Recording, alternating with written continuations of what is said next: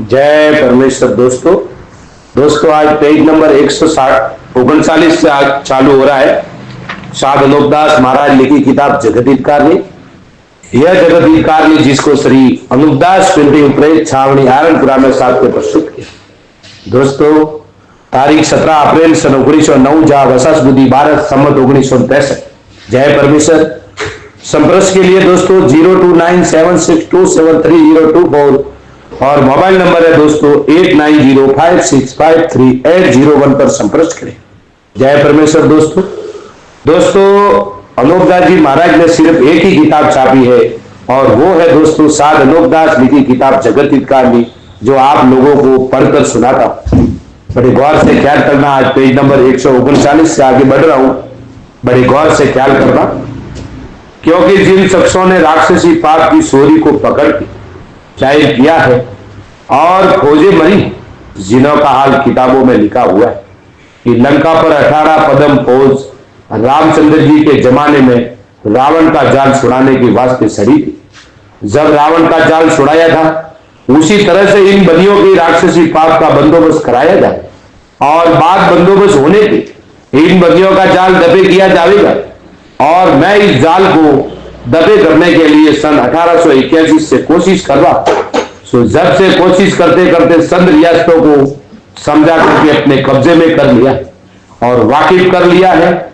इसी तरह से कुल रियासतों के लोगों को वाकिफ किया जाए जब यह काम पार जाएगा।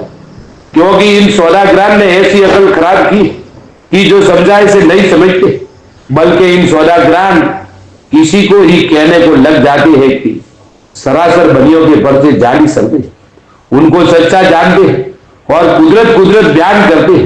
इससे मैं अफसोस के साथ आप लोगों की कम अकली को और बनियों की राक्षसी पाप को पहले से लिख करके जाहिर करता हूं, ताकि लोगों को अपनी कम अकली पर ख्याल होवे, बल्कि अपनी अकलों को असली हालात पर लाके और इन सौदागरान के जालों को मुझसे और मेरे हेड कलर से समझ और यकीन लाकर सब संसार के राजा बादशाह व रियत दिल से अपनी अपनी औलादों को प्यारा समझ के इन बंदियों के जालों को दबे कराने के लिए बंदोबस्त करो। क्योंकि यह तमाम संसार के लोगों की हिम्मत से इंजाम को पहुंचा दी। जिस तरह से रावण के वक्त में शनिश्चर के कहने से कुल संसार के लोगों ने कमर हिम्मत की बांधी थी और फौजे वगैरह तैयार करके अपनी अपनी औलाद बचने के वास्ते रावण वगैरह के जाल को दबे किया, जिसका जिक्र अब तक होता चला आ रहा।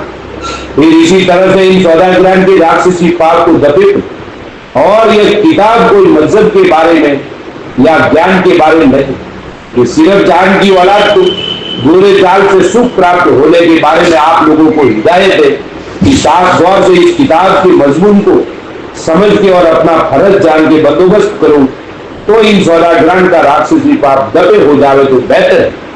क्योंकि इन सौदागरान का इस तरह पर दिल है कि जिस तरह से हमने हिंदुस्तान का धन काबू में कर लिया, उसी तरह से सातों आठों बादशाहों का धन हमारे काबू में हो जावे तो जिस तरह से कि तमाम जान के राजा बादशाह राज कर रहे हैं और उनका हुक्म चल रहा है, इसी तौर पर हम अपना राज करें और अपना हुक्म चला ला। और जो कि हिंदुस्तान में और दूसरी विलायत में कदमी धन था, वो तो इन बनियों ने जादू के जोर से जमीन फाड़ के खींच लिया। पेज नंबर 140 दोस्तों। जय परमेश्वर। कि जिस तरह से मंदिरों को जमीन फाड़ फाड़ के उड़ाया था और मंदिरों की पुतलियों को कई से कई उड़ा के बाहर निकालते, जिसको दुनिया पर्चा पर्चा कहती, परंतु जादू से बाहर निकाल देती। परंतु जादू से बाहर निकालने की खबर तो किसी राजा बादशाह को या गरीब गुरबा को नहीं पड़ी, जो ये की खाने सांदी सोने की थी, जिसका हाल राजा बादशाह वगैरह सब जानती। परंतु इन सौदागरान ने अपने राक्षसी पाप के जादू से जमीन माता को तरह तरह का रोग लगा दिए और जो कि असली धन था उसको सारे राक्षसी पाप से खींच लिया था। सो इस बात की खबर किसी को भी नहीं, जिसकी वजह यह है कि इन बनियों ने अपने राक्षसी पाप के जोर से सबकी अकलों को खराब कर दिया है जिससे भूले हुए और बैठे हुए हैं और खानों की तलाश नहीं करते कि जमीन पर तो हमेशा से कि जब से रचना रची, जब से सोने चांदी की खाने वगैरह, सो वो खाने अब कहाँ गई। सो भाई मेरे हो, इन सौदागरान ने अपनी राक्षसी पाप से तमाम जान के लोगों की अकल और राजा बादशाहों की अकल ऐसी खराब कर दी है कि जिससे खानों की ही तलाश नहीं करते, बल्कि ऐसे भूल गए हैं कि जो ये जानते हैं कि चांदी सोने की खाने मौजूद ही नहीं।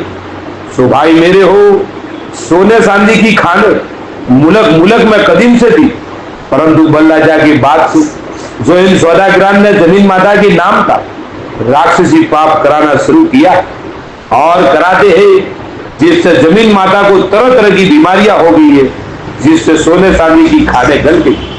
क्योंकि चांदी सोने की खाने जो दुनिया में कहते हैं वो जमीन माता के शरीर की सर्विस, परंतु बल्लाजा की बात से इन सौदागर माजना ने अपने राक्षसी पाप से काल वगैरह डाल के और तरह तरह की बीमारियां करके जमीन को बहुत तकलीफ दे रही, जिससे जमीन माता की सर्दी गल गई।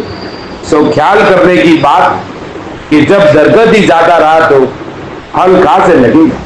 क्योंकि सौदागरान की राक्षसी पाप से और इन्हों के जादू की वजह से जमीन माता के शरीर की सर्दी गल गई, जिसको भी जमाना चांदी सोने की खाने बोलता है, फिर गल जाने की वजह से मालूम नहीं होता। और टूटा हुआ जो धन था उसको काल वगैरह पड़ा के काबू में कर लिया है। सो ख्याल करने की बात है कि जब खाने ही मौजूद नहीं तो राजा बादशाह के पास और रियत के पास धन कहां से आए। अगर ये सौदागर बच्चे जमीन के नाम का राक्षसी पाप करना छोड़ देवे तो फिर बदसतूर खाने चांदी सोने की मुल्कों में हो जाए। पेज नंबर 141 दोस्तों, जय परमेश्वर। क्योंकि जब आदमी बीमार होता है तो वो तरह तरह की तकलीफें सहता रहा हो और खाना वगैरह हजम नहीं होता, वह शकल से बदशकल हो जाता है। परंतु जबकि उसको आराम हो जाता है और कोई तकलीफ किसी किस्म की उसको नहीं रहती, जब खाना अच्छी तरह से खाता है और ईश्वर की कृपा से उसका खाना अच्छी तरह से हजम हो जाता है और खाना हजम होने के सबब से उसके शरीर में ताकत आ जाती है, वैसा ही भला चंगा हो जाता है। उसी तरह से दोस्तों, उसी तरह पर उसके शरीर में गोश्त और सर्दी वगैरह बढ़ जाती है, उसी तरह से उसमें भी ताकत आ जाती है। परंतु शरीर में जबकि अच्छी तरह से ताकत आ जाती है तो मोटा ताजा हो जाता है, तो फिर वही शख्स अपने काम को बदसूरत करता है। चूंकि जमीन माता भी सौदागरान की राक्षसी पाप की वजह से बीमारियां पा रही है, इससे उसके शरीर की सर्दी गल गई, जिससे अब कोई चीज जमीन के ऊपर नहीं होती है। अगर से जमीन के नाम का पाप करना छोड़ देवे तो जमीन माता असली हालत पर आ जाए और कुल चीजें जमीन पर बहुत अच्छी तरह से पैदा होने लगी। परंतु राक्षसी पाप का दफे होना तमाम जान के हिंदू मुसलमान और अंग्रेज वगैरह के एक दिल होने से हो सकता है। इससे सब साहबों को इन सौदागरान के जालों से वाकिफ किया जाता है कि जल्दी वाकिफ होकर इन्हों के पापों को छुड़ाओ जब छूटेगा। क्योंकि इन सौदागरान ने पहले भी राक्षसी पाप चला करके तमाम जान के लोगों की अकल खराब कर दी, परंतु जबकि बादशाहों को इन्हों के जाल की खबर पड़ी तो उन्होंने उन सौदागरान से राक्षसी पाप छुड़ाने की कोशिश करके छुड़ाया। परंतु इन सौदागरान ने किसी कदर तो पाप को छुड़ाया और किसी कदर नहीं छुड़ा, परंतु राजा बादशाहों के सामने जाके और कसमें गाय और सूअर की खाकर कहा कि हमने कुल पाप का करना छोड़ दिया। इससे उन राजा बादशाहों ने अपने दिल में यह जाना कि सौदागरान ऐसी ऐसी बुरी कसमें खाते थे, तो वाकई में कुल पाप को छोड़ दिया। इस वजह से इन सौदागरान को फिर तकलीफ नहीं।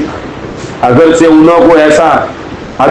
उन्हों को यह मालूम होता कि यह सौदागर बच्चे झूठी कसमें खाते हैं और कुल पाप नहीं छोड़ा है, तो उसी वक्त इन सौदागर बच्चों के कुल को ही गारत कर दे।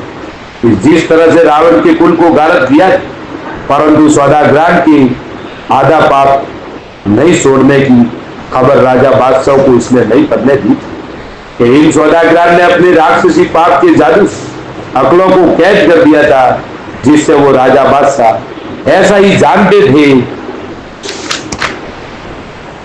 कि कुल पाप का करना छोड़ दिया। चाहे परमेश्वर दोस्तों कल पेज नंबर 142 से चालू होगा।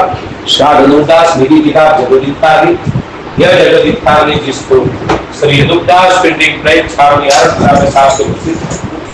वो भी तारीख 17 अप्रैल 1909 भारत संवत 1965। दोस्तों बड़े गौर से समझना और सुनना और अपने लिए औलाद दसने का बंदोबस्त करना मेरे भाइयों। ये किताब अनोखदास जी महाराज में कोई ज्ञान और मस्जिद के बारे में नहीं है दोस्तों।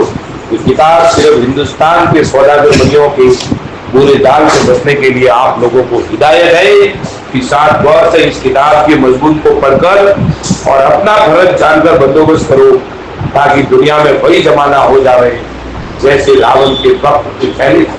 जय परमेश्वर।